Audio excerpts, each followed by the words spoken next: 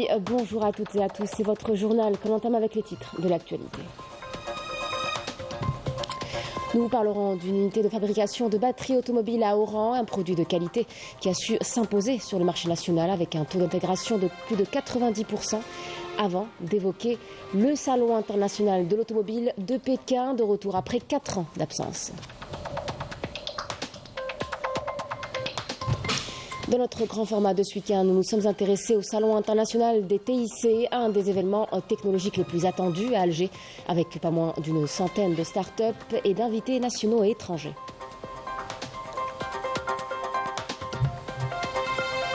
Et puis le sombre tableau de la situation des droits de l'homme au Maroc et au Sahara occidental occupé, dressé par un rapport de département d'État américain. Le rapport pointe du doigt une série de violations liées au non-respect des droits de l'homme. Mesdames, Messieurs, bienvenue à vous. Début ce matin des festivités commémoratives du 60e anniversaire de la Cour suprême au CIC d'Alger. Abdelatif Rahal, sous le slogan « Pour une Cour suprême électronique », en présence du ministre de la Justice, garde des Sceaux Abdelrachid Tebbi, du premier président de la Cour suprême, de délégations étrangères et avec la participation des présidents et représentants des Cours suprêmes. Le ministre de la Justice, garde des Sceaux, a déclaré qu'il s'agit d'une occasion pour consolider et préserver la dignité et l'honneur du legs des anciennes générations qui ont œuvré farouchement dans des conditions difficiles durant une période charnière de l'histoire de l'Algérie indépendante.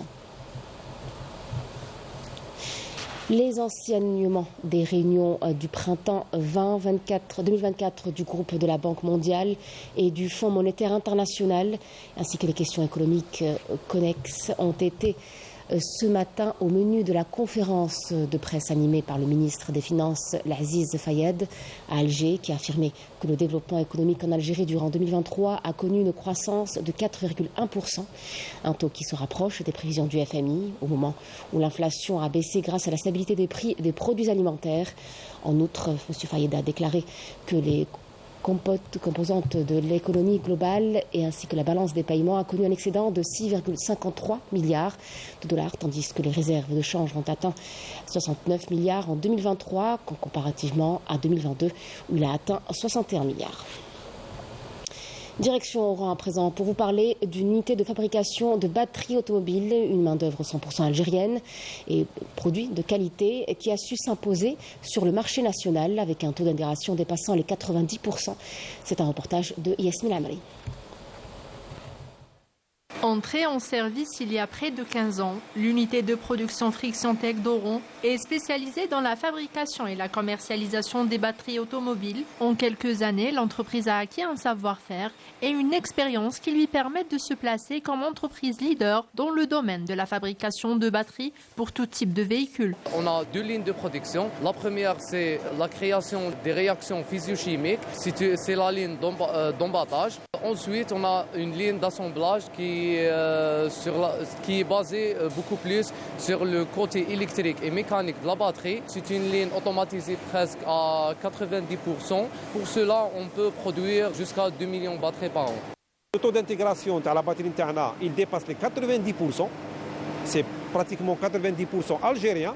On a intégré, à part les matières premières, les recyclés au niveau national, on a pu intégrer l'injection du plastique pour justement le taux d'intégration à 90%. Donc, alhamdoulilah, c'est charaf lina de pouvoir produire un produit algérien à 90% de taux d'intégration. J'ai effectué dans cette usine un stage depuis 6 mois. Je suis recruté, ça fait 2 ans à peu près. Et mon rôle dans cette unité de plastique, c'est de superviser toutes les machines et contrôler la production. Aujourd'hui, l'entreprise a tous les atouts pour devenir un partenaire incontournable pour les industriels locaux, à l'image de l'usine Fiat, un partenariat qui pourrait lui permettre de s'installer dans le marché prometteur de la sous-traitance. Entre autres, le fabricant de l'automobile Fiat, donc on peut parler avec eux, pour développer avec eux la batterie LIS Hakouahouma, c'est une batterie un peu spéciale. On l'a fait déjà, on est en train de la produire. On sera probablement un sous-traitant à la voiture Fiat. Il y aura une batterie intégrée, une batterie algérienne intégrée dans leur véhicule. On a fait une coopération avec des Allemands, La société allemande Hadia, c'est une société qui produit de la batterie automobile avec une technologie très pointue. Donc, alhamdoulilah, nous avons معهم هذه الشراكة هذه qui va nous ouvrir les portes justement à l'export. Nous avons un programme d'exporter en Allemagne à travers la société Hadi nos produits et dans un futur très très proche. Le planning c'est à peu près le mois de septembre, Inch'Allah, pour nous offrir le marché national un produit de niveau. Une plus-value certaine pour l'économie du pays grâce à une main-d'œuvre nationale hautement qualifiée, mais également à l'accompagnement des pouvoirs publics qui aspirent à diversifier les exportations hors hydrocarbures. Pour sa 18e édition, le Salon international de l'automobile de Pékin est de retour et présente plus d'une centaine de nouveautés et près de 280 modèles à nouvelle technologie. La particularité de cette année, bien une large place réservée aux voitures vertes et aux technologies plus économes. Raouf Hamouche. L'année 2024 est marquée par le grand retour du Salon automobile de Pékin. Après une absence de 4 ans à cause du Covid-19, les constructeurs chinois veulent faire de cette 18e édition une démonstration de force pour impressionner les 800 000 visiteurs qui sont attendus cette année pour découvrir les dernières avancées des géants de l'industrie automobile, notamment dans le domaine de la technologie. Nous sommes très contents de participer à ce grand rendez-vous. Cette année, l'édition est exceptionnelle. Nous avons été agréablement surpris par les dernières innovations. Les géants de l'automobile ont mis la barre très haute. Franchement, les voitures chinoises sont devenues au fil des années des concurrentes directes des marques européennes. La société Chery Algérie était de la partie et a eu le privilège de lever le voile sur les derniers modèles du constructeur chinois. Comme vous le savez, il y a de grands efforts communs pour développer les relations bilatérales entre la Chine et l'Algérie. Des relations qui ont connu un grand essor ces dernières années. Nous considérons notre partenaire algérien comme un acteur incontournable pour notre marque dans le futur. Nous avons été honorés par Chery de dévoiler ces derniers modèles comme la Tigo 9. Et depuis la Chine, je voudrais dire que les citoyens peuvent compter sur Chery Algérie pour apporter une réelle plus-value pour le marché algérien, notamment avec le lancement prochain de l'usine de montage. Le Salon international de l'automobile de Pékin se veut donc un tremplin pour faire découvrir les prouesses des constructeurs chinois, notamment dans le domaine des voitures électriques, où il faudra compter dessus dans les prochaines années. Nous nous sommes intéressés ce midi au Salon international des technologies de l'information et de la communication. Immersion dans l'un des événements de technologie les plus attendus à Alger, avec pas moins d'une centaine de start-up et d'invités nationaux et étrangers. C'est le grand format de ce week-end. Il est signé et Walid Yousfi. C'est donc le salon international de la technologie, de l'information et de la communication. Un salon organisé ici au Palais de la Culture. Il regroupe pas moins de 11 pays, dont 10 pays africains. Sa particularité, c'est qu'il est né de la fusion de 3 événements technologiques majeurs en Algérie, à savoir ICT Maghreb, Helvetic, mais aussi le Digital African Summit.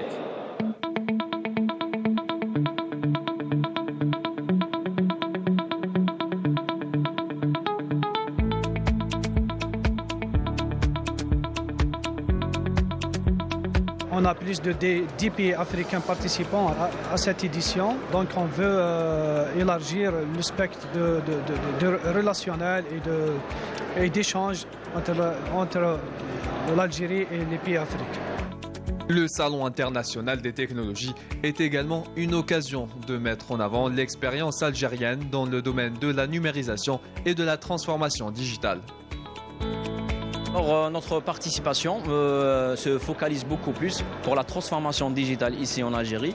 Il y a eu la présence de plusieurs pays africains et ce échange de connaissances est très important pour le développement de la transformation digitale en Algérie. Tisser des relations pour qu'ensemble on puisse bâtir une Afrique forte en utilisant nos neurones, en utilisant notre savoir-faire et surtout de pouvoir tropicaliser les nouvelles technologies pour répondre aux besoins des pays africains. Au programme donc des conférences et des panels autour de plusieurs sujets tels que l'infrastructure technologique, l'intelligence artificielle, la fintech ou encore la cybersécurité. L'objectif étant bien sûr de partager les expériences et de trouver des solutions innovantes aux défis africains. Ce continent qui émerveille le monde par ses couleurs, par ses saveurs, par ses senteurs, par ses rythmes.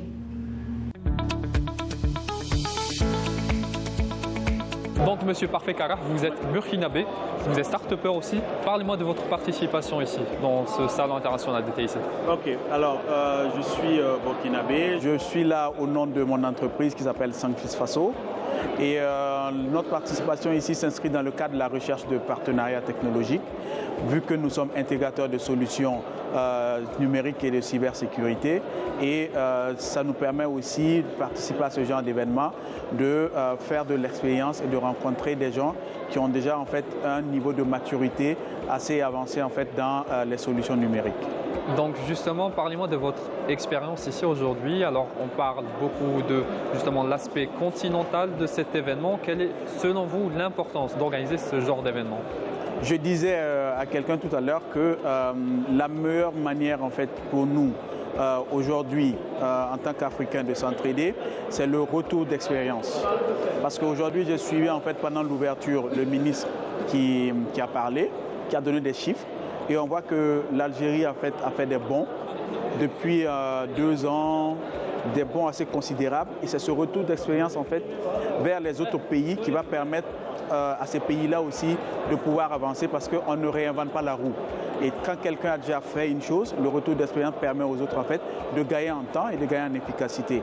Et c'est ce retour d'expérience en fait que moi je pense qui est intéressant et qui est important en fait pour l'Afrique en général.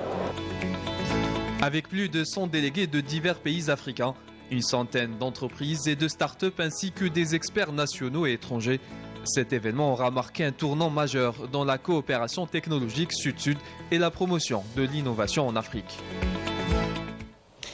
L'ami de la révolution algérienne, Baya Dahmoun, né Brio André Alice Jeanne, veuve du Moudjahid Mustafa Dahmoun, est décédé. En cette pénible épreuve, le ministre des Moudjahidines et des ayants droit, Laïd Biga, a exprimé ses sincères condoléances à la famille de la défunte et à ses compagnons de lutte. Prie en Dieu le Tout-Puissant de prêter patience et réconfort à ses proches. Dans l'actualité internationale, le bilan de l'agression génocidaire sioniste contre la bande de Gaza qui s'est alourdi à 34 388 martyrs et 77 437 blessés depuis le 7 octobre dernier. L'on parle aussi d'un nombre élevé de victimes qui se trouvent encore sous les décombres ainsi que sur les routes. L'enclave palestinienne n'est plus qu'un champ de ruines où les aides humanitaires peinent à s'introduire. Emel Bouarda. Les bombardements de l'armée sioniste se poursuivent dans l'enclave palestinienne pour le 204e jour, faisant de nouvelles victimes.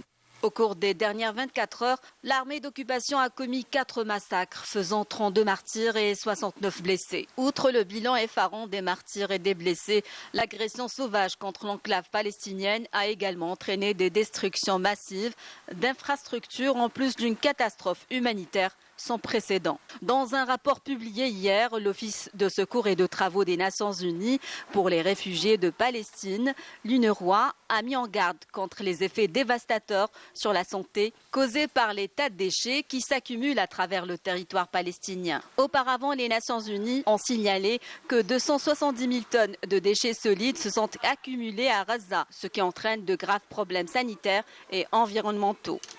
Alors que les 2,4 millions d'habitants du territoire assiégé sont confrontés à un désastre humanitaire, l'occupant sioniste continue d'entraver l'acheminement des aides malgré une résolution des Nations Unies.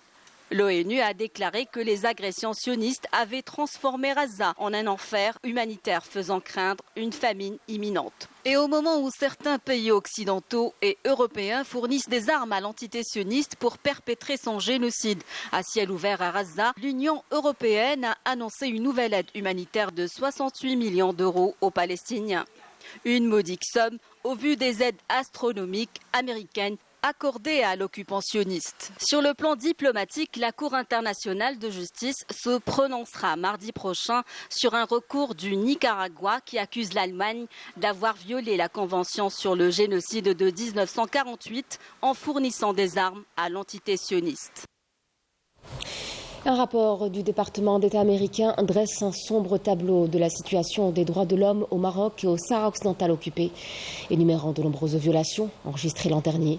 Le rapport pointe du doigt une série de violations liées au non-respect des droits de l'homme, entre autres la torture en détention ou encore les traitements cruels des forces de sécurité à l'égard des manifestants pour l'indépendance du Sahara occidental. Maline Damis. Le Marzen, de plus en plus dans la tourmente et sous les feux de la rampe, ces atteintes aux droits de l'homme persistent au Maroc et au Sahara occidental occupé. En témoigne le dernier rapport du département d'État américain qui met en lumière une série de violations alarmantes enregistrées en 2023, avec un accent particulier sur les violations commises à l'égard des manifestants pour l'indépendance du Sahara occidental, mais aussi contre la normalisation. Un sombre tableau de la situation des droits de l'homme est dressé, énumérant de nombreux cas de violence liés au non-respect des droits de l'homme dans les prisons. Le rapport va plus loin et souligne que durant l'année 2023, les autorités marocaines ont restreint la liberté d'expression, de réunion et d'association. Puis encore, des journalistes et des militants des droits de l'homme ont été emprisonnés sous les menaces et l'harcèlement. Une force excessive et des tortures ont été même exercées à l'encontre des manifestants pacifiques au Maroc.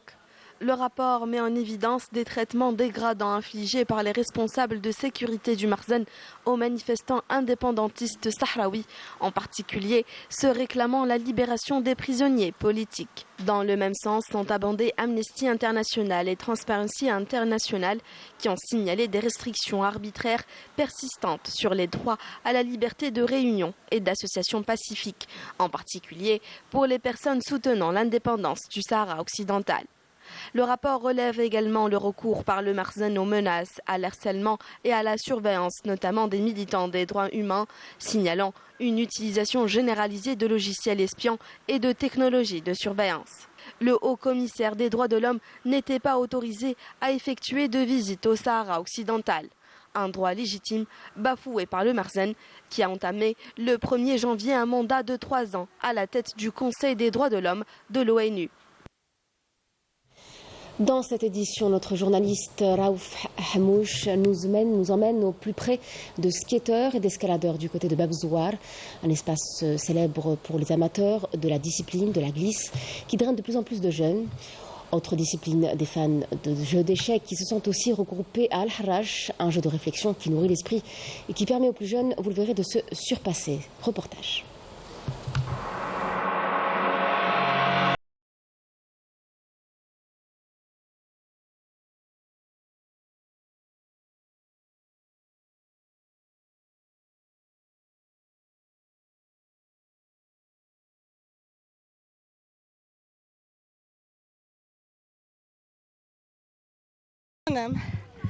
En fait, je fais du roller depuis 2006, depuis que j'avais 4 ans. Mais genre, je faisais ça juste avec mes parents et tout. Et puis en 2011, je me suis rencontrée avec un groupe et j'ai commencé à apprendre les techniques. Et depuis, je fais du roller et voilà. Sur place, un autre sport qui attire amateurs et professionnels, un sport qui nécessite agilité et concentration, l'escalade. Une discipline qui compte de plus en plus d'adeptes en Algérie. Avant d'aller à la conquête des sommets des montagnes, beaucoup s'entraînent sur ces murs d'escalade. Ça fait 12 ans que je pratique ce sport. Ça a commencé petit à petit en étant enfant, etc. Et après beaucoup d'expérience, beaucoup de compétitions, on a vu beaucoup de gens, on a découvert beaucoup de monde. Notre virée continue vers les berges d'Al-Harrach, plus précisément vers la prise d'eau, un espace qui a été soigneusement réhabilité et réaménagé pour offrir à ses visiteurs un cadre unique et adapté aux activités sportives qu'ils désirent. On a profité de cet espace et de cet événement très important. Alors on a programmé sous le patronage de la Wilaya d'Azur de la direction de la jeunesse et des sports, c'est 7 compétitions parallèles, garçons 7 et filles 7 compétitions Wilaya. À la fin, il y aura les lauréats qui seront des champions de championnat d'Alger. Il faut souligner quelque chose que dans cette compétition, on a des champions internationaux. حبيت نرمرسي الفيدرالية ولا ليغ d'Algérie les organisateurs tournoi excellent pour les jeunes catégories moins de 20 ans. Merci كيعطيونا الفرصة نربحوا l'expérience في des tournois هكا parce que les échecs c'est un sport premièrement pour la compétition entre les joueurs ou entre تخدم راسك وتخدم راسك وتخدم يدك وتخدم فيزيكمون ومونتالمون c'est un sport يعني اللي ديفلوبي الطفل ومام اللاعب الكبير.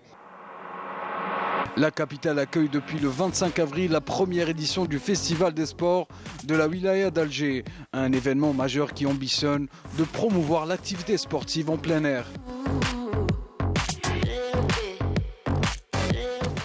Du sport toujours avec la Ligue 1 de football. 3 matchs ont été joués hier pour le compte de la 24e journée. Le Sétif a raté une belle occasion de se rapprocher du podium en se contentant d'un nul en déplacement face à l'US Biskra, 2 buts partout. Tandis que la JS Saoura a réalisé un véritable récital offensif à la maison face à la Lanterne Rouge. L'US Souf avec le score de 6 buts à 0. Le MC Al-Bayed a de son côté renoué avec la victoire en s'imposant face à l'US M. Khenchla, 1 but à 0. Une 24e journée qui se poursuit aujourd'hui avec notamment au menu le match du leader, le MC Alger face au Paradou AC à 20h et que vous pourrez suivre sur la chaîne 6 de la télévision algérienne. L'US Ben Aknoun, lui, accueillera la GS Kabylie au stade du 20 août à partir de 16h. Et dans le bas du tableau, l'AS Sochlef, privé de son public, recevra un concurrent direct pour le maintien, le NC Magra, dans un rendez-vous à 6 points. C'était la dernière information de ce journal. Merci à vous de l'avoir suivi. Tout de suite, nouvelles du ciel. L'information revient à 19h avec Kemal Suig. Très bon après-midi à vous et à très vite.